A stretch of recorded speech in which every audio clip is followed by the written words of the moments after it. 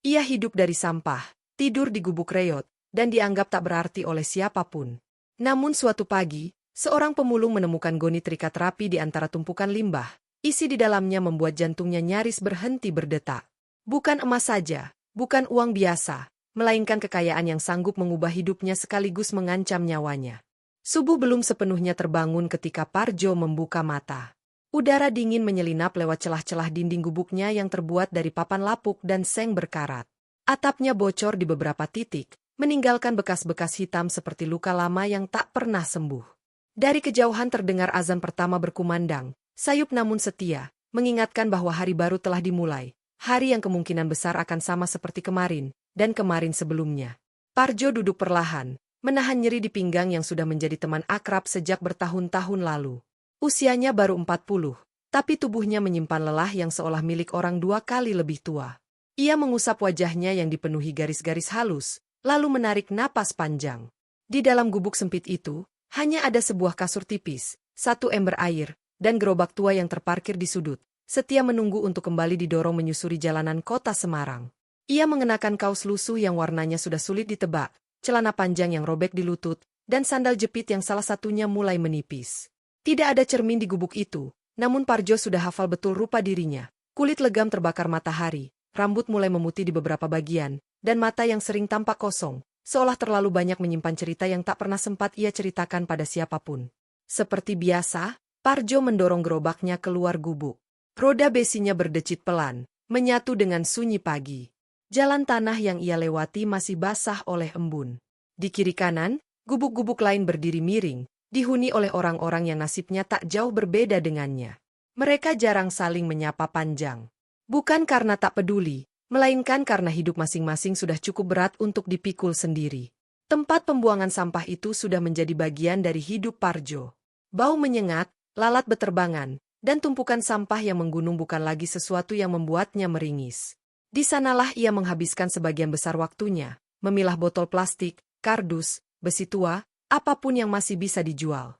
Tangannya cekatan, gerakannya otomatis, seolah tubuhnya bekerja sendiri tanpa perlu banyak perintah dari pikiran.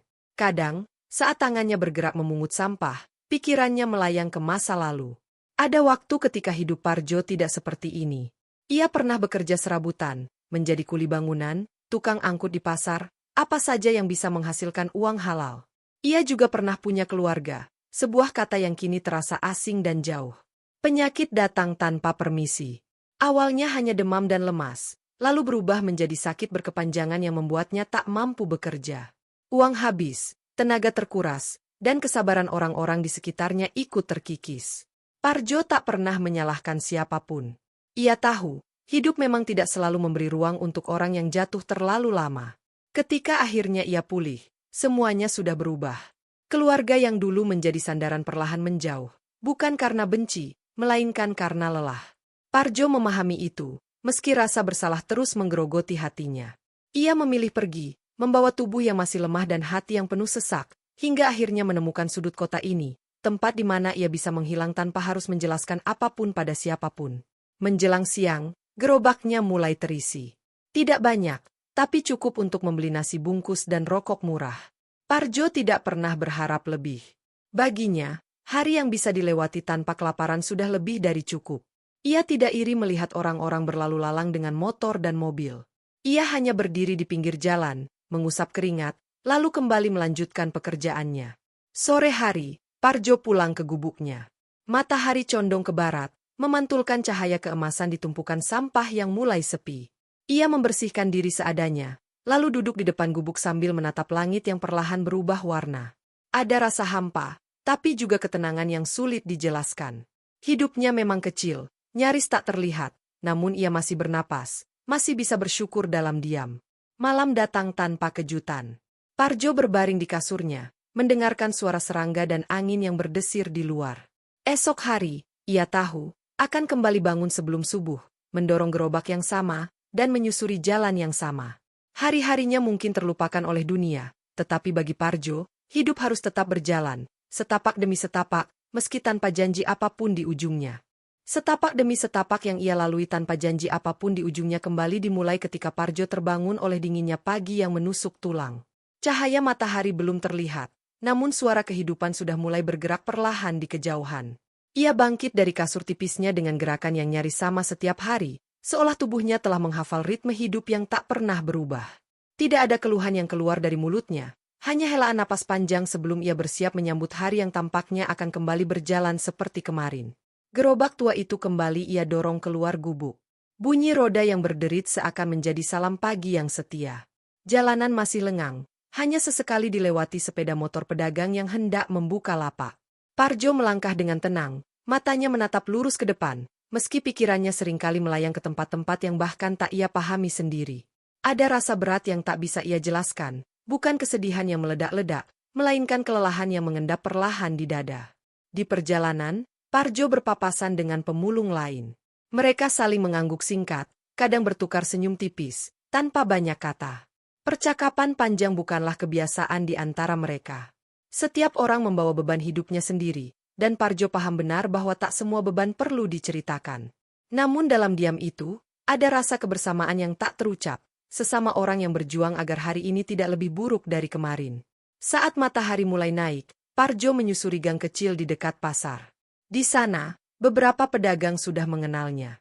Ada yang sekadar melirik, ada pula yang pura-pura sibuk agar tak perlu menyapa. Parjo tidak tersinggung. Ia terbiasa dipandang sebelah mata. Baginya, selama ia tidak mengganggu, dunia boleh saja terus berjalan tanpa benar-benar memperhatikannya.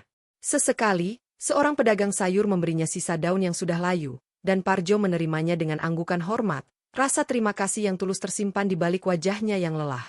Di sela pekerjaannya, Parjo sering berhenti sejenak, bukan untuk beristirahat, melainkan untuk berpikir. Pertanyaan-pertanyaan sederhana mulai sering muncul di kepalanya. Mengapa ia masih bertahan? Untuk siapa ia bangun setiap pagi? Tidak ada keluarga yang menunggu, tidak ada rumah yang hangat, dan tidak ada mimpi besar yang ia kejar.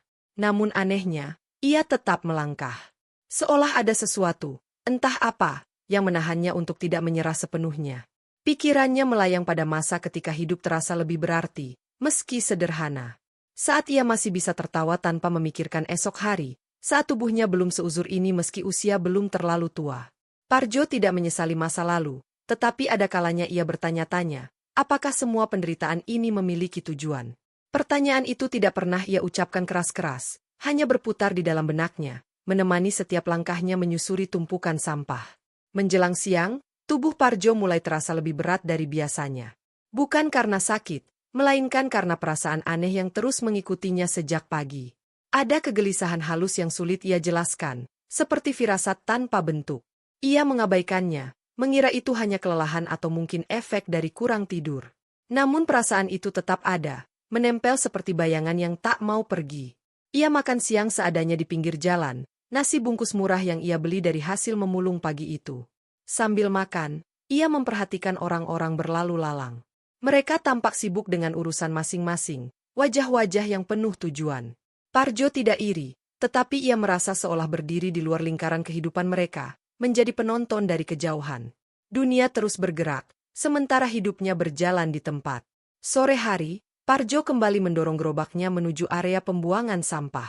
Namun kali ini, langkahnya sedikit berbeda. Entah mengapa, kakinya membawanya ke arah yang jarang ia datangi. Area itu lebih sepi, jarang dipilih pemulung lain karena letaknya agak jauh dan jalannya lebih sulit dilalui. Parjo berhenti sejenak di tepi area tersebut, memandang tumpukan sampah yang menjulang dengan perasaan yang tidak ia kenali. Ia menarik napas dalam-dalam, lalu melangkah masuk. Tidak ada alasan khusus selain dorongan samar di dalam hatinya. Hari ini seharusnya tidak berbeda dari hari-hari sebelumnya, namun Parjo merasakan sesuatu yang sulit ia jelaskan, sebuah isyarat kecil, hampir tak terasa, bahwa setapak demi setapak yang ia lalui mungkin akan membawanya ke arah yang belum pernah ia bayangkan sebelumnya. Langkahnya membawa ia semakin jauh masuk ke area pembuangan sampah yang jarang disentuh pemulung lain. Bau menyengat terasa lebih pekat di sini, bercampur dengan udara panas yang terjebak di antara tumpukan limbah rumah tangga dan sisa-sisa industri. Parjo berhenti sejenak, menatap sekeliling, memastikan tidak ada orang lain di dekatnya. Entah mengapa, dadanya berdegup lebih cepat dari biasanya. Ia mulai bekerja seperti biasa, membungkuk, mengais, dan memilah.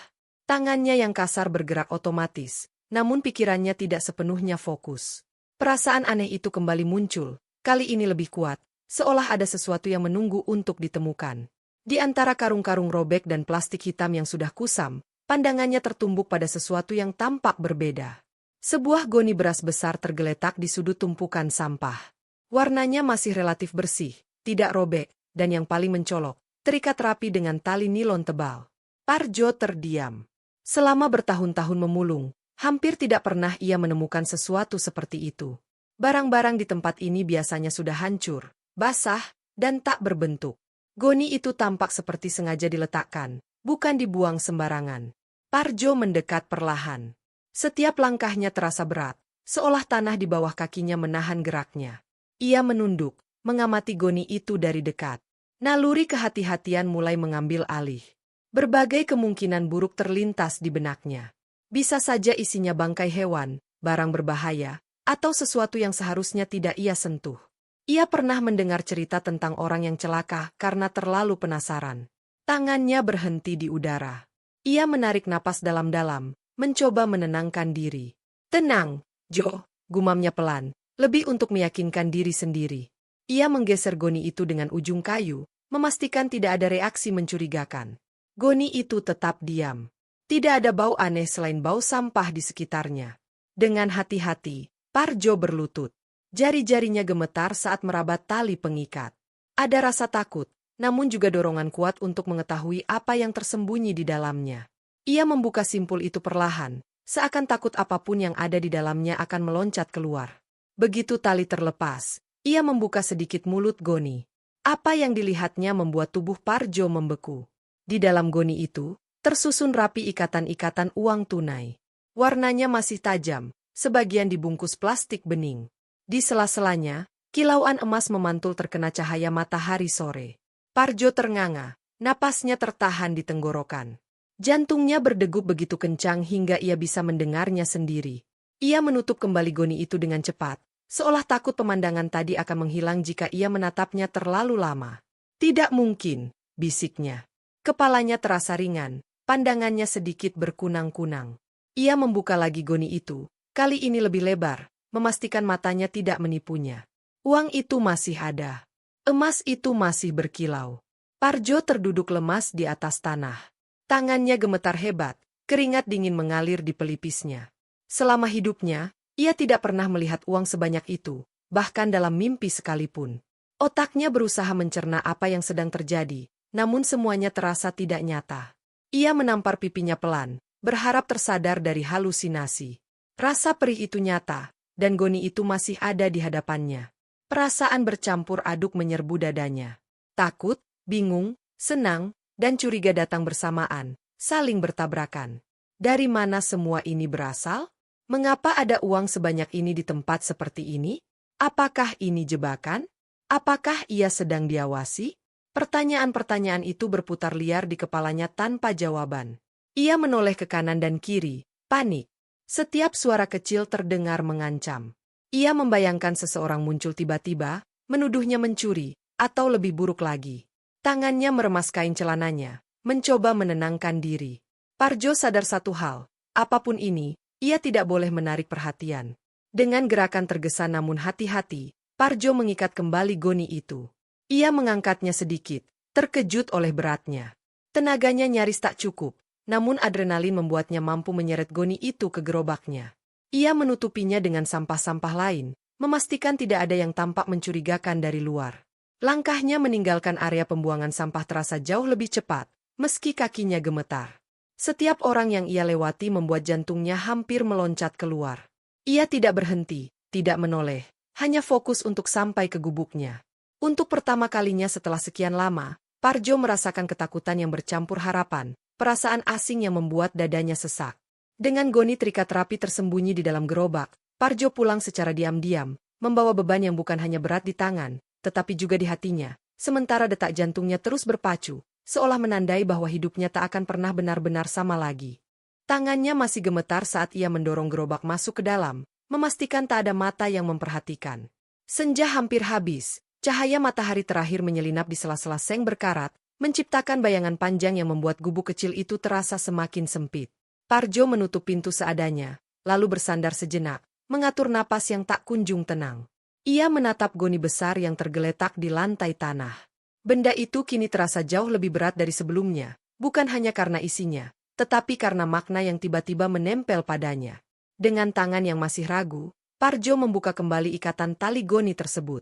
Jantungnya kembali berdetak kencang ketika ia melihat isi di dalamnya, kali ini dengan penerangan lampu minyak kecil yang cahayanya redup dan bergetar. Uang tunai itu tersusun rapi, ikatannya padat dan tebal. Emas-emas itu berkilau pelan, memantulkan cahaya kecil yang membuat mata Parjo perih. Ia duduk terdiam cukup lama, hanya memandangi harta yang tak pernah ia bayangkan sebelumnya. Otaknya mulai berhitung secara naluriah, meski ia sendiri tak tahu pasti jumlahnya. Namun satu hal ia yakini, ini terlalu banyak, terlalu besar, terlalu tidak masuk akal untuk seorang pemulung sepertinya. Alih-alih bahagia, rasa dingin justru menjalar di punggungnya. Ketakutan datang tanpa diundang, menekan dadanya hingga napas terasa pendek. Parjo membayangkan berbagai kemungkinan buruk. Bagaimana jika ada yang mencarinya? Bagaimana jika uang ini hasil kejahatan?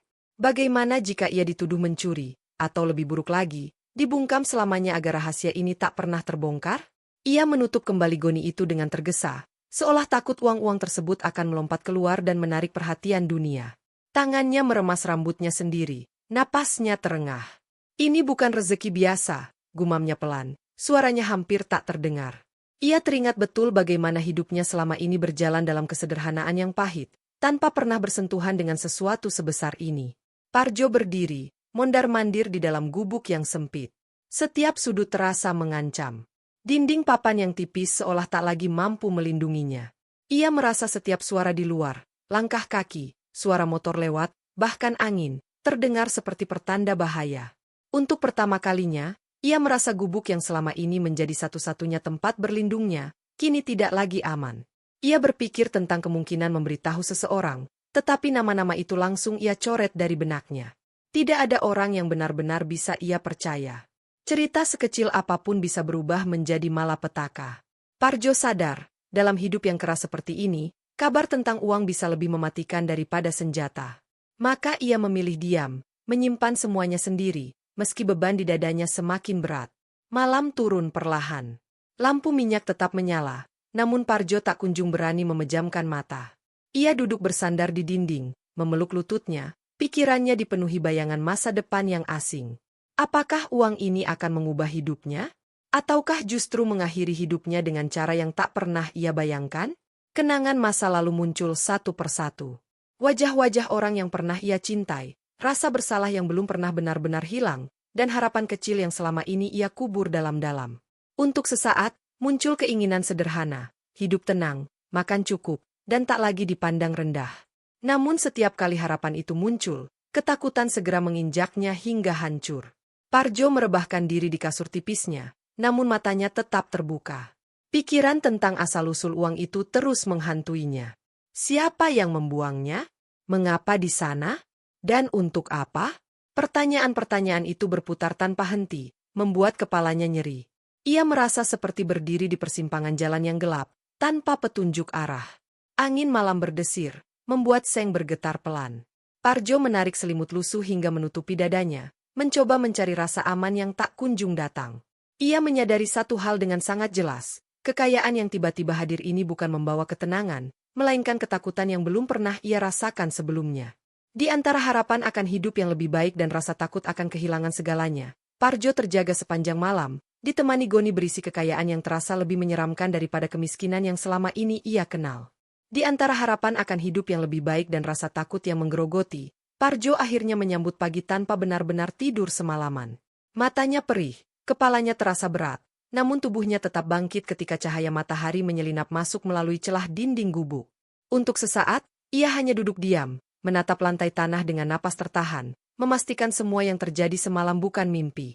Goni itu masih ada di sudut ruangan, terikat rapi, seolah mengingatkannya bahwa hidupnya kini membawa beban yang tak kasat mata. Parjo keluar dari gubuk lebih awal dari biasanya. Gerobaknya ia dorong dengan langkah tergesa, seolah ingin menjauh dari tempat itu. Meski ia tahu kemanapun ia pergi, perasaan ini akan mengikutinya.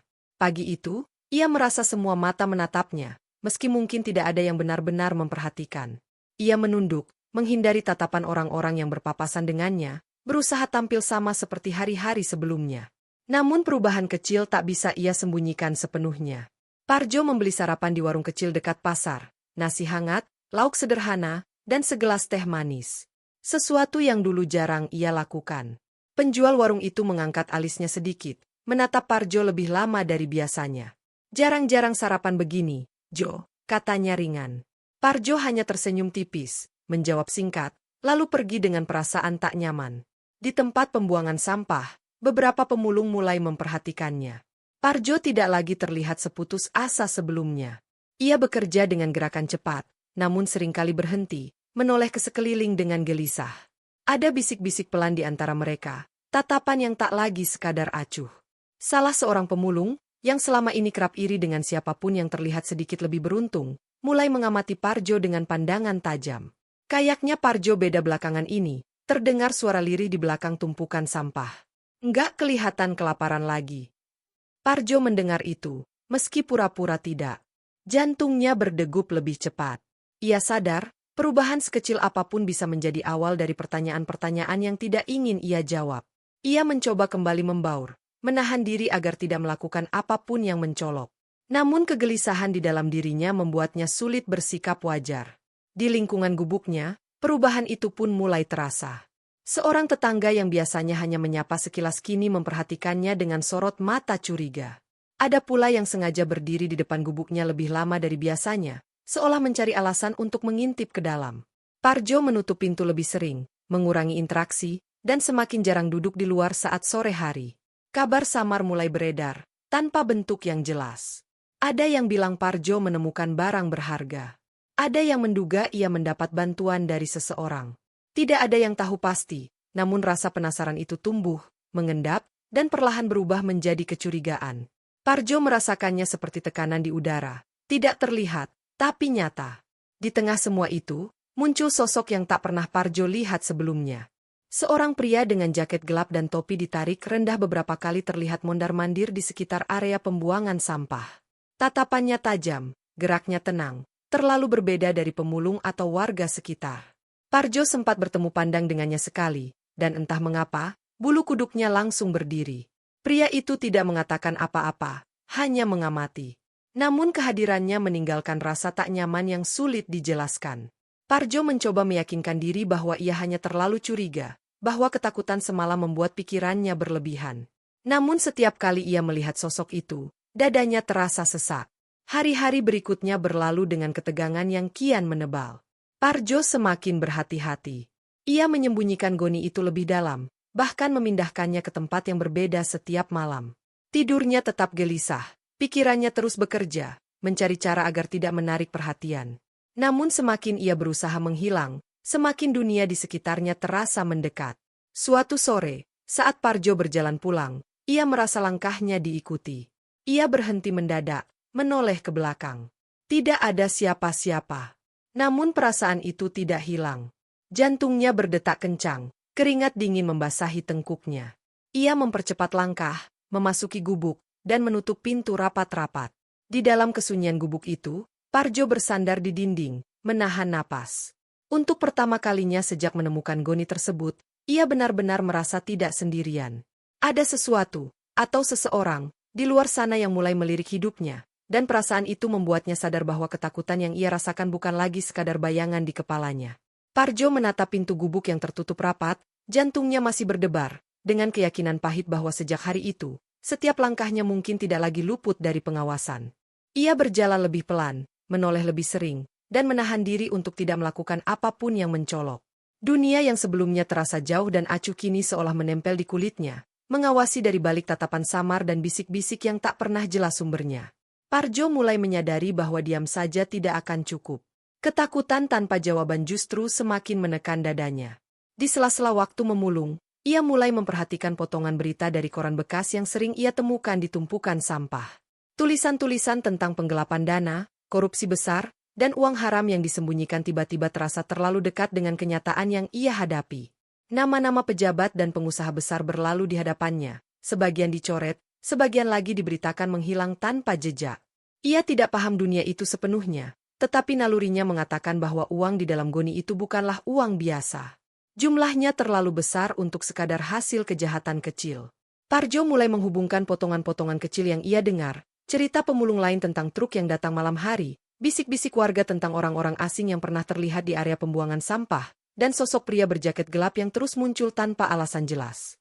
Suatu siang, Parjo memberanikan diri mendekati seorang pemulung tua yang sudah lama berkecimpung di sana. Dengan nada hati-hati, ia menyinggung soal barang-barang aneh yang kadang dibuang orang. Pemulung itu menatapnya lama, lalu menggeleng pelan. "Kalau sudah urusan uang besar, jangan ikut campur, Jo," katanya lirih. "Yang begitu biasanya bukan rezeki, tapi masalah." Kata-kata itu menancap dalam di benak Parjo. Malam harinya, ia kembali terjaga, menatap langit-langit gubuk yang gelap. Bayangan tentang pencucian uang dan korupsi besar berputar-putar di kepalanya. Ia membayangkan uang itu sengaja dibuang sementara, disembunyikan dari kejaran hukum, atau bagian dari permainan kotor yang tidak ia mengerti. Semakin ia berpikir, semakin jelas satu hal, ia sedang berdiri terlalu dekat dengan sesuatu yang berbahaya. Tekanan itu akhirnya datang dalam wujud nyata. Suatu sore, saat Parjo baru saja pulang, dua orang pria berdiri tak jauh dari gubuknya. Pakaian mereka rapi, sikapnya tenang, namun tatapan mereka tajam. Salah satu dari mereka tersenyum tipis ketika Parjo mendekat. "Parjo, ya?" sapanya, seolah sudah lama mengenalnya. Parjo mengangguk kaku, jantungnya berdetak keras. Mereka mengaku hanya ingin berbincang, menanyakan kabar, menanyakan apakah Parjo menemukan sesuatu yang tidak seharusnya di tempat pembuangan sampah. Nada mereka terdengar santai, namun di baliknya terselip ancaman yang halus namun jelas. Parjo memilih menjawab singkat, mengaku tidak tahu apa-apa.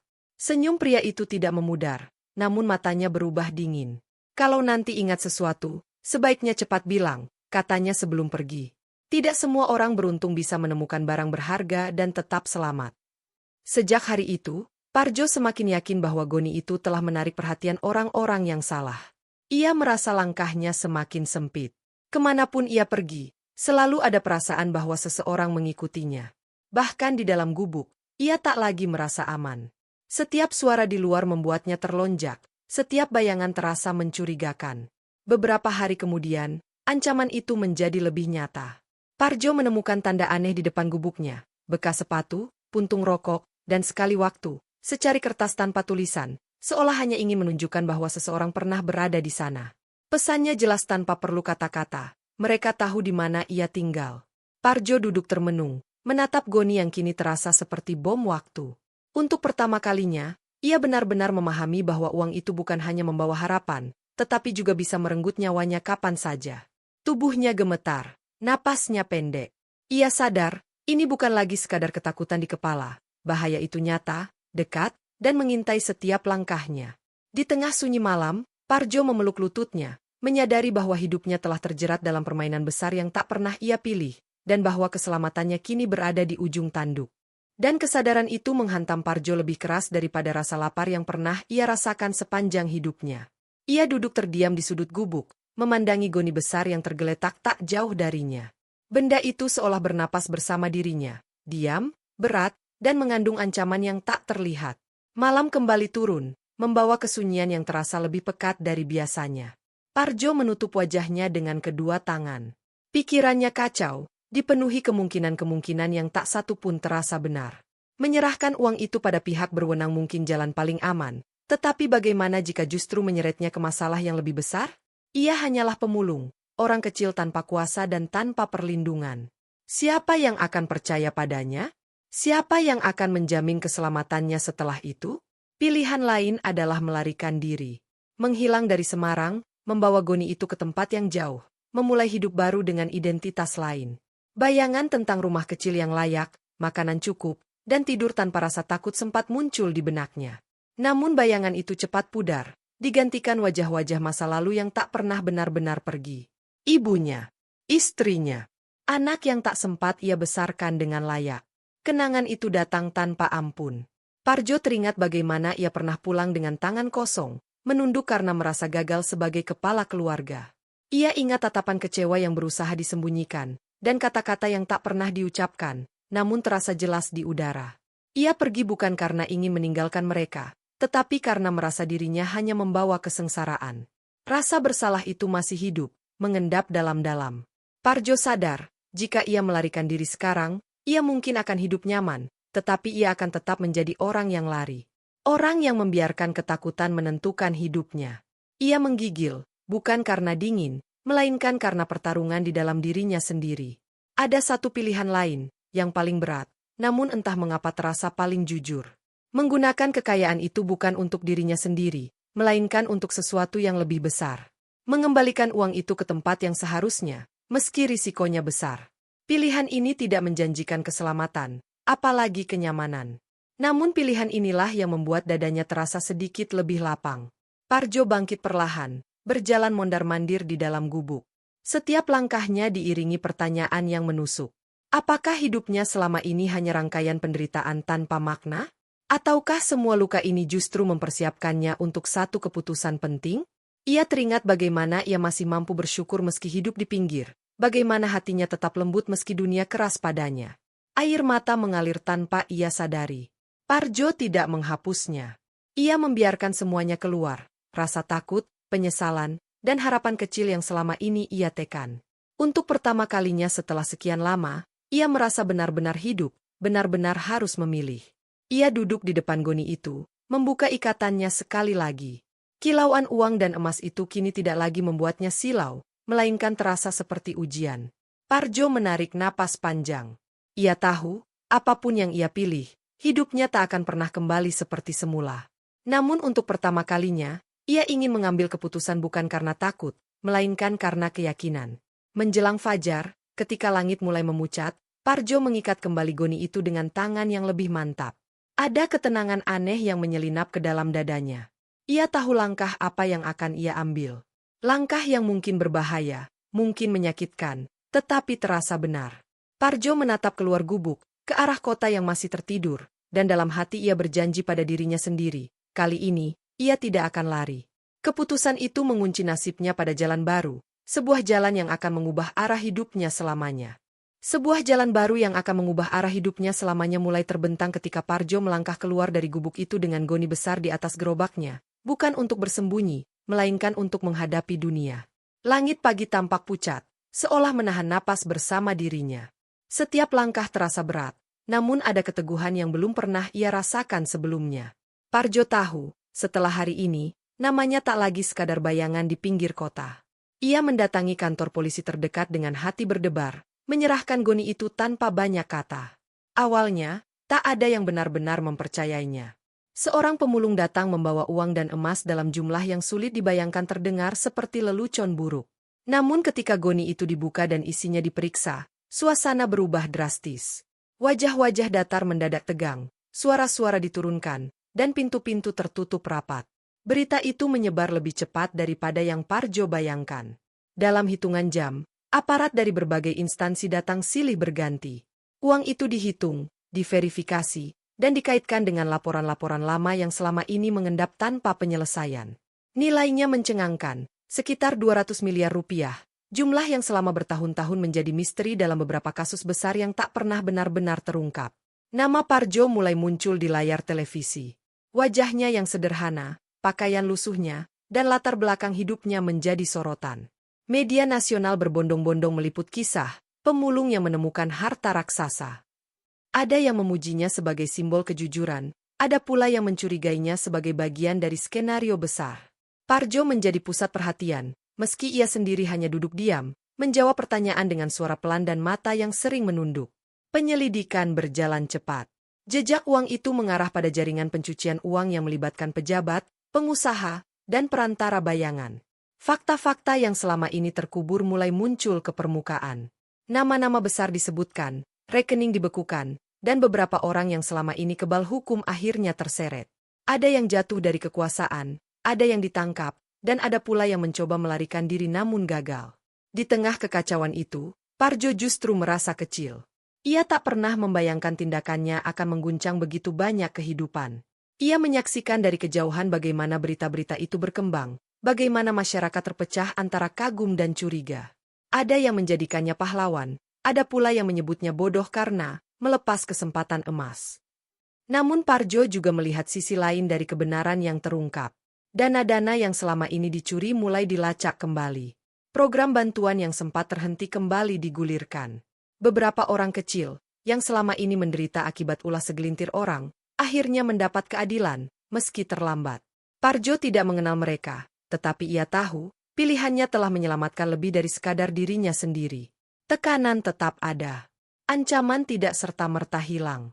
Ada pihak-pihak yang marah, yang kehilangan segalanya karena satu keputusan Parjo. Namun kali ini, ia tidak sendirian.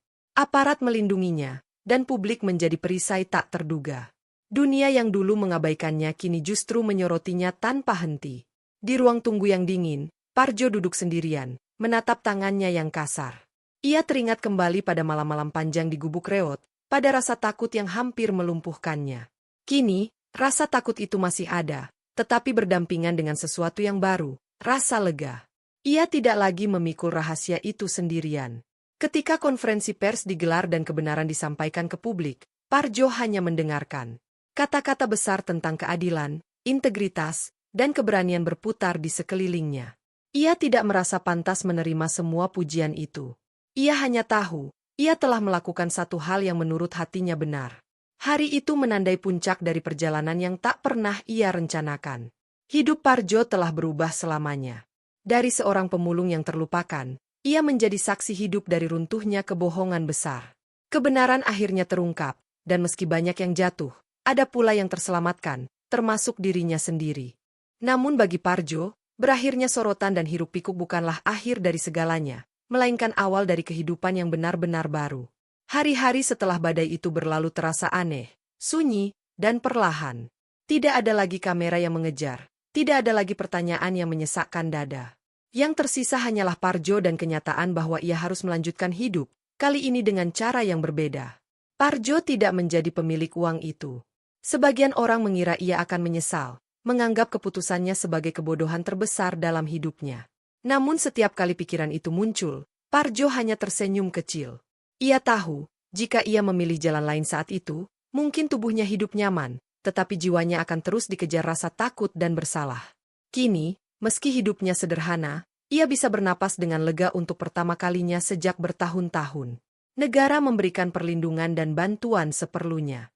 Parjo tidak menjadi kaya raya, tetapi ia tidak lagi hidup dalam kekurangan ekstrim. Ia dipindahkan ke tempat tinggal yang layak, sederhana namun bersih.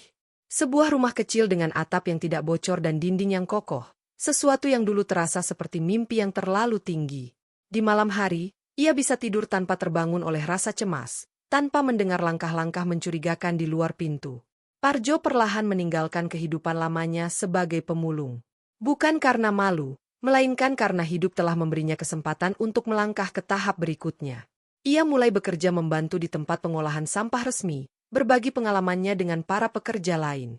Ia tetap dekat dengan sampah, bukan sebagai simbol kehinaan, melainkan sebagai pengingat dari mana ia berasal dan betapa panjang jalan yang telah ia lalui. Di sela-sela kesibukannya, Parjo sering merenung. Ia teringat kembali pada penderitaan yang pernah ia anggap sebagai kutukan. Penyakit, kehilangan keluarga, malam-malam lapar, dan rasa dianggap tak berarti. Semuanya dulu terasa kejam dan tidak adil. Namun kini, Parjo melihatnya dengan sudut pandang yang berbeda. Semua luka itu telah membentuknya menjadi seseorang yang mampu memilih kejujuran ketika godaan terbesar datang menghampiri. Ia mulai memahami bahwa penderitaan bukan selalu tentang hukuman, melainkan tentang persiapan. Andai hidupnya mudah sejak awal, mungkin ia tidak akan cukup kuat untuk mengambil keputusan besar saat kesempatan itu datang. Andai ia tidak pernah merasa kecil dan terabaikan, mungkin ia tidak akan peduli pada dampak perbuatannya bagi orang lain. Kesadaran itu membuat dadanya hangat, menghadirkan kedamaian yang tak pernah ia rasakan sebelumnya. Sesekali, Parjo duduk sendirian di sore hari, menatap langit yang berubah warna. Ia teringat pada keluarga yang telah jauh darinya. Rasa kehilangan itu masih ada, tetapi kini tidak lagi menusuk. Ia belajar memaafkan, bukan hanya orang lain, tetapi juga dirinya sendiri. Ia menerima bahwa tidak semua hal bisa diperbaiki, namun setiap orang selalu diberi kesempatan untuk memilih menjadi lebih baik. Orang-orang di sekitarnya kini memandang Parjo dengan cara yang berbeda. Bukan karena uang, bukan pula karena sorotan media, melainkan karena sikapnya. Ia dikenal sebagai orang yang tenang, rendah hati, dan tidak silau oleh apapun. Anak-anak di lingkungan barunya sering menyapanya dengan senyum, dan Parjo selalu membalasnya dengan hangat. Hal-hal kecil itu memberinya kebahagiaan yang tak bisa dibeli dengan uang sebanyak apapun. Parjo akhirnya mengerti bahwa kekayaan sejati bukanlah tentang memiliki, melainkan tentang melepaskan. Bukan tentang apa yang bisa ia simpan, melainkan tentang apa yang berani ia kembalikan. Kejujuran yang ia pilih telah memberinya sesuatu yang jauh lebih berharga daripada 200 miliar rupiah. Harga diri, ketenangan, dan makna hidup. Suatu pagi, Parjo berdiri di depan rumah kecilnya, menghirup udara dalam-dalam. Matahari terbit dengan cahaya lembut, seolah menyambut hari baru yang penuh kemungkinan. Ia tidak tahu apa yang akan terjadi esok atau lusa, tetapi untuk pertama kalinya, ketidakpastian itu tidak lagi menakutkan. Parjo melangkah maju dengan keyakinan sederhana di dalam hati. Ia mungkin pernah menjadi pemulung yang terlupakan, namun kini ia adalah manusia yang bermakna, bagi dirinya sendiri, dan bagi dunia yang akhirnya melihatnya bukan dari apa yang ia miliki, melainkan dari siapa dirinya sebenarnya.